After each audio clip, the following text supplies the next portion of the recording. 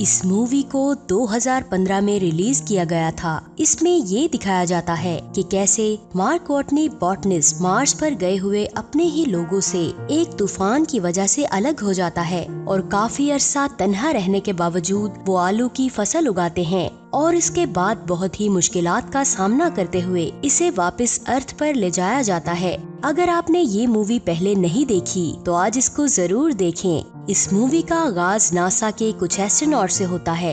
ये सब मार्स पर मिट्टी के कुछ सैंपल्स लेने आए होते हैं। तभी उन्हें ये इन्फॉर्मेशन मिलती है कि यहाँ पर एक बहुत बड़ा तूफान आने वाला है और उन सबको अपने मिशन को रद्द करना है और जितनी जल्दी हो सके उन्हें अपने फ्लाइंग ऑब्जेक्ट तक पहुँचना है। और अब ये सब के सब अपने फ्लाइंग ऑब्जेक्ट की तरफ बढ़ रहे होते हैं। तभी मार्क कोर्टनी जो एक एस्ट्रोनॉट और एक बॉटनिस्ट है उनके साथ कोई चीज टकराती है और वो उस तूफान में खो जाते हैं। हालांकि इनकी जो कमांडर होती है वो उन्हें ढूंढने की बहुत कोशिश करती है, लेकिन मार्क कोर्टनी का कुछ भी पता नहीं चलता, जिसकी वजह से इन्हें ये लगता है कि मार्क कोर्टनी इस दुनिया में नहीं रहे और ये सब अपने फ्लाइंग ऑब्जेक्ट के पास जाकर वहाँ से निकल जाते हैं। लेकिन जब मार्स पर तूफान खत्म हो जाता है तो वहाँ पर ये दिखाते हैं कि मार्क कोर्टनी अभी भी जिंदा है और उन्हीं के सामान में से एक ट्यूब रॉड उसके पेट में चली गई है, जिसकी वजह से उसे बहुत दर्द हो रहा होता है।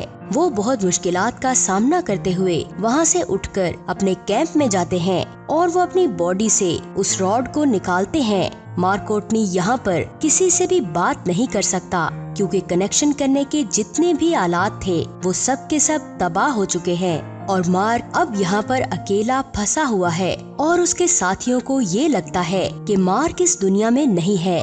अगर उसे यहाँ से निकलना है तो उसे अगले 4 सालों तक इंतजार करना पड़ेगा, क्योंकि नासा का अगला प्रोजेक्ट 4 साल बाद यहाँ से 3200 किलोमीटर दूर आएगा। लेकिन मार्क कोर्टनी 4 साल तक इंतजार नहीं कर सकता क्योंकि उसके पास 4 सालों तक खाने के लिए कुछ भी नहीं है। अब उसे किसी भी तरह अपने लिए खाने का अरेंज करना होगा। इसीलिए वो ये तय करता है कि वो यहाँ मार्स पर खेती करेगा। उसके पास कुछ आलू होते हैं और वो यहाँ पर आलू उगाना चाहता है, लेकिन उसे मिट्टी को जरखेज करने के लिए बहुत सारे पानी की जरूरत पड़ेगी और मार्स पर पानी नहीं होता। कोर्टनी एक बॉटनिस्ट है तो उसे पता है कि खेती करने के लिए किन किन चीजों की जरूरत होती है और अब वो यहाँ पर आलू उगाने की तैयारी करता है। कोर्टनी एक जगह बहुत सारी मिट्टी इकट्ठी करता है और उसमें आलू डालता है और उनको उगाता है, लेकिन अब उसे पानी बनाना है। यहाँ पर अच्छी खबर ये होती है कि कोर्टनी को पता होता है कि पानी कैसे बनाया जाता है। हाइड्रोजन में ऑक्सीजन मिलाकर उसे जलाने से पानी बनता है और यहाँ पर कोर्टनी के पास सब कुछ होता है और वो ऐसा ही करता है। लेकिन जब वो पहली बार हाइड्रोजन में ऑक्सीजन मिलाता है तो एक बहुत बड़ा ब्लास्ट होता है। अब वो ऑक्सीजन और हाइड्रोजन को मिलाने में कामयाब हो जाता है। अब यहाँ पर पानी की छोटी छोटी बूंदें बनना शुरू हो जाती हैं। इस मिट्टी को जितने पानी की जरूरत होती है उतना पानी उसको मिल जाता है और कुछ दिनों के बाद वहाँ पर पहला पौधा उगता है, जिसे देखकर कोर्टनी को बहुत ही खुशी होती है। और दूसरी तरफ जमीन पर ये ऐलान किया जाता है कि कोर्टनी अब इस दुनिया में नहीं रहे। पूरे मीडिया में ये खबर फैल जाती है। अब अगले दिन जब इनकी ऑपरेटर सैटेलाइट से मार्स की पिक्चर देखती है तो उसे पता चलता है कि वहाँ पर जो इनका कुछ सामान था वो एक जगह से दूसरी जगह शिफ्ट हो गया है। दरअसल ये वो सोलर पैनल थे जो कोर्टनी ने एक जगह से दूसरी जगह शिफ्ट किए थे। वो ऑपरेटर अपने सीनियर्स को बुलाती है और वो सब समझ जाते हैं कि कोर्टनी मार्स पर अभी भी जिंदा है। और इतने में उनका सीनियर कहता है, लेकिन जब तक हम वहाँ पर पहुँचेंगे तब तक तो वो भूख से मर जाएगा, क्योंकि मार्स तक पहुँचने के लिए इन्हें काफी टाइम लग जाएगा। और वो जानते हैं कि कोर्टनी के पास इतने लंबे वक्त के लिए खाना नहीं है। अब कोर्टनी को मार्स पर पूरे 70 दिन हो चुके हैं और वो हिसाब लगाता है कि नासा का अगला मिशन 4 साल के बाद मार्स पर आएगा। यहाँ से 3200 किलोमीटर सफर तय करने में उसे 50 दिन लग जाएंगे, क्योंकि इसके पास जो गाड़ी है वो उसे एक दिन में 35 किलोमीटर से ज्यादा नहीं चला सकती, क्योंकि इस सफर के बाद उसे सोलर पैनल को भी रिचार्ज करना होगा। यहाँ जमीन के लोग कोर्टनी तक खाना और मदद पहुँचाने के लिए तैयार होते हैं और इन्हें इस पूरी तैयारी में 3 माह लग जाएंगे और जिस फ्लाइंग ऑब्जेक्ट को ये मार्स पर भेजेंगे उसे वहाँ पहुँचने में 9 माह लग जाएंगे। दूसरी तरफ कॉटनी की आलू की फसल को 48 दिन हो चुके हैं। कॉटनी ने मार्स पर 400 पौधे उगाए होते हैं। अब वो आलू निकालता है और छोटे आलूओं को दोबारा बो देता है। कॉटनी सोचता है कि अगर मैंने नासा से राब्ता ना किया तो मैं मर जाऊंगा, इसीलिए वो वहाँ से ऐसी जगह जाता है जहाँ पर एक पाथ फाइंडर होता है जो 1997 में खराब हो गया था, जिसका राब्ता जमीन से टूट गया था। और जब कॉटनी उस तरफ जाता है तो नीचे से नासा की टीम, जो लगातार उसकी मूवमेंट पर सैटेलाइट्स के जरिए नजर रख रही होती है, वो समझ जाती है कि मार्क कॉटनी उस पाथ फाइंडर को लेने जा रहा है।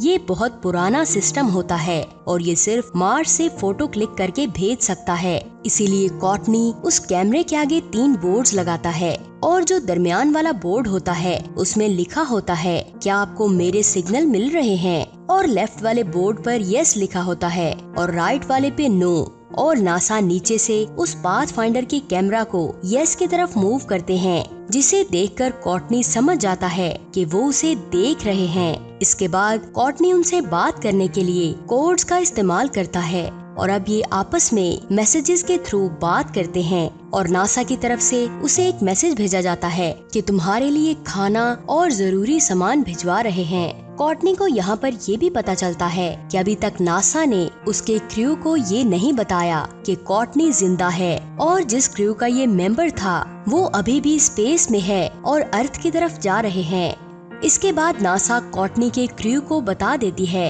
कि कॉटनी जिंदा है। इससे उसके क्रू मेंबर्स को खुशी भी होती है और दुख भी। उन्हें दुख इसलिए होता है कि वो कॉटनी को वहाँ अकेला छोड़ आए हैं, लेकिन अब वो कुछ नहीं कर सकते। मार्स पर सब कुछ ठीक चल रहा होता है। तभी एक दिन उस जगह जहाँ उसने आलू उगाए हैं वहाँ पर एक ब्लास्ट होता है और उसकी सारी की सारी फसल तबाह हो जाती है। अब वो दोबारा फसलें नहीं उगा सकता क्योंकि उसने जो एनवायरनमेंट बनाया होता है वो सारे का सारा तबाह हो जाता है। जब तक उसके पास मदद पहुँचेगी उससे पहले ही वो भूख से मर चुका होगा। अब ये हिसाब लगाया जाता है कि कॉटनी के पास जितने भी आलू हैं उन्हें खाकर वो तब तक जिंदा नहीं रह सकता जब तक जमीन से उसके पास मदद पहुंचेगी। उससे पहले ही वो भूख से मर चुका होगा। इसीलिए नासा कॉटनी को एक मैसेज देती है और उसे कहती है कि अब तुम्हें कम से कम खाना होगा ताकि जब तक तुम्हारे पास खाना पहुँचे तब तक तुम जिंदा रह सको। और कॉटनी ऐसे ही करता है। जो खाना वो एक दिन में 3 बार खाता था अब वो एक टाइम का खाना 3 दिन में खाता है। और नीचे नासा उसके लिए रॉकेट लॉन्च की तैयारी करती है जिसमें उसके लिए खाना और जरूरी सामान होता है, लेकिन यहाँ पर उन्हें देर हो रही होती है, इसीलिए वो उसकी टेस्टिंग नहीं करते और वो उसे लॉन्च कर देते हैं। अब कॉटनी की किस्मत एक बार फिर उसका साथ नहीं देती। लॉन्च होने के बाद रॉकेट आसमान में ब्लास्ट हो जाता है और इससे सबके सब डिसअपॉइंट हो जाते हैं। अब कॉटनी नहीं बच सकता क्योंकि अब उसके पास खाना भी नहीं है, उसके पास कोई मदद नहीं पहुंचा सकता।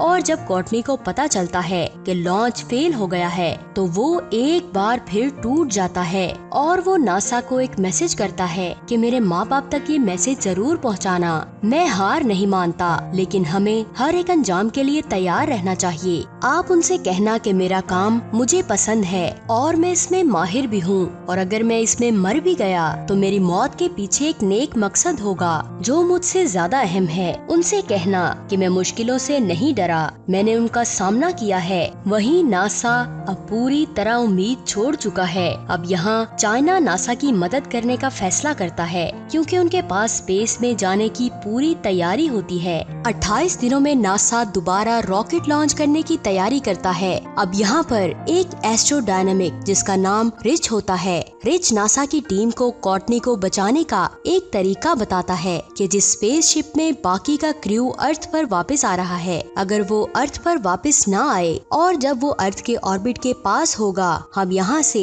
ऊपर स्पेसशिप के जरिए सारा जरूरी सामान पहुँचा देंगे और स्लिंग शॉट के जरिए उस स्पेसशिप को दोबारा मार्स की तरफ धकेल देंगे। स्लिंग शॉट ग्रेविटेशनल पुल को कहते हैं जिससे किसी भी स्पेसशिप को ग्रेविटी की मदद से स्पेस में भेजा जाता है। रिच कहता है कि जब उनका स्पेसशिप मार्स के पास पहुंचेगा तो उन्हें मार्स पर उतरना नहीं है। अगर ये मार्स पर उतरेंगे तो उनका फ्यूल खत्म हो जाएगा और ये जमीन पर वापस नहीं आ सकेंगे। वो ये बताता है कि उन्हें मार्स पर नहीं उतरना बल्कि कॉटनी NAV यानी कि फ्लाइंग ऑब्जेक्ट जो पहले से मार्स पर है, उससे कॉटनी को मार्स के ऑर्बिट से बाहर आना होगा और जब वो ऊपर आएगा तब उसे बाकी के क्रू मेंबर्स पकड़ लेंगे। और ये सब इतना आसान नहीं होता। इसमें सिर्फ कॉटनी की जान बचाने के लिए नासा वाले 5 एस्ट्रोनॉट्स की जान खतरे में नहीं डाल सकते। अब कॉटनी मार्स पर जिस काम के लिए आया होता है वो उसे पूरा करने में लग जाता है और दूसरी तरफ रिच कॉटनी तक पहुंचने का पूरा प्लान इन 5 एस्ट्रोनॉट्स तक पहुंचा देता है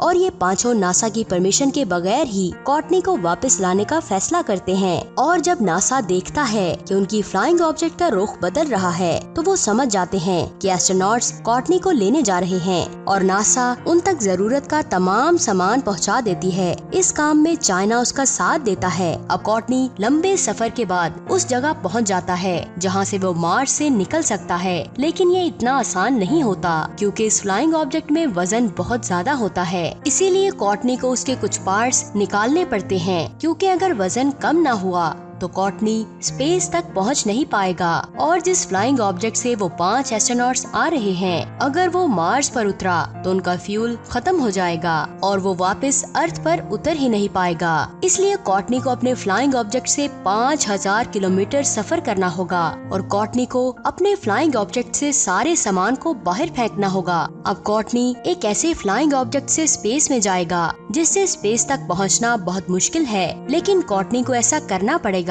पूरी दुनिया की नजर इस मिशन पर होती है और कॉटनी टेक ऑफ करता है। अब उसका फ्लाइंग ऑब्जेक्ट स्पेस की तरफ उड़ना शुरू हो जाता है और स्पेस में पहुंच जाता है। उसके साथी उसके साथ रेडियो के जरिए कम्युनिकेट करने की कोशिश करते हैं, लेकिन वो दबाव की वजह से बेहोश हो गया था, इसीलिए बात नहीं हो पाती। लेकिन कुछ देर बाद उसे होश आ जाता है और सब बहुत खुश हो जाते हैं। अब यहाँ पर एक और मुसीबत होती है कि कॉटनी की स्पीड बहुत तेज होती है और उसे पकड़ना इतना आसान नहीं है। कॉटनी बोलता है कि मैं अपने स्पेस सूट में सुराख करूंगा और इसमें से जो हवा निकलेगी उससे मैं अपने आप को रास्ता देकर तुम तक पहुँच जाऊंगा। उसके साथी उसे ऐसा करने से मना करते हैं और अब उन्हें कॉटनी अपनी तरफ आता दिखाई देता है और स्पेसशिप के कमांडर एक फ्लाइंग चेयर पर बैठकर कॉटनी को पकड़ने के लिए जाती है, लेकिन जिस रस्सी से वो बंधी होती है वो रस्सी खत्म हो जाती है और कॉटनी तक पहुंचना अब नामुमकिन हो जाता है। अब कॉटनी अपने स्पेस सूट पर सुराख करता है और अपने फ्लाइंग ऑब्जेक्ट को छोड़ देता है और उसके स्पेस सूट से जो हवा निकलती है